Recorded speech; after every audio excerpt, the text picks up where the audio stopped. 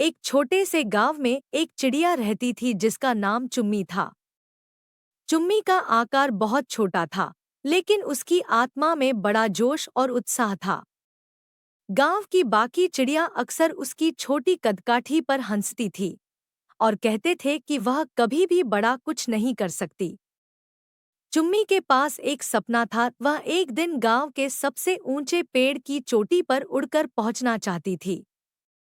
गांव की बाकी चिड़िया यह सोचकर हंस देती कि इतनी छोटी चिड़िया इतनी ऊंचाई तक कैसे पहुंच सकती है।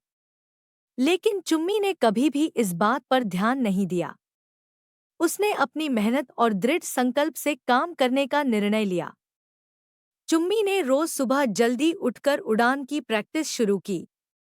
वह छोटी छोटी उड़ान भरती और धीरे धीरे अपनी उड़ान की क्षमता को बढ़ाती।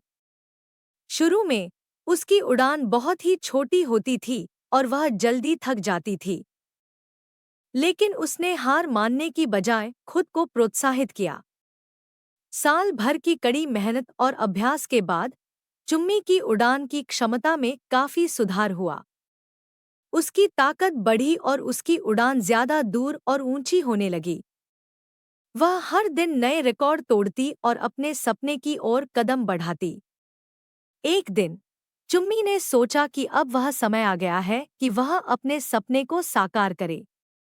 उसने अपने सबसे अच्छे दोस्त को बुलाया और उसे बताया कि वह आज ऊंचे पेड़ की चोटी पर उड़कर पहुंचेगी।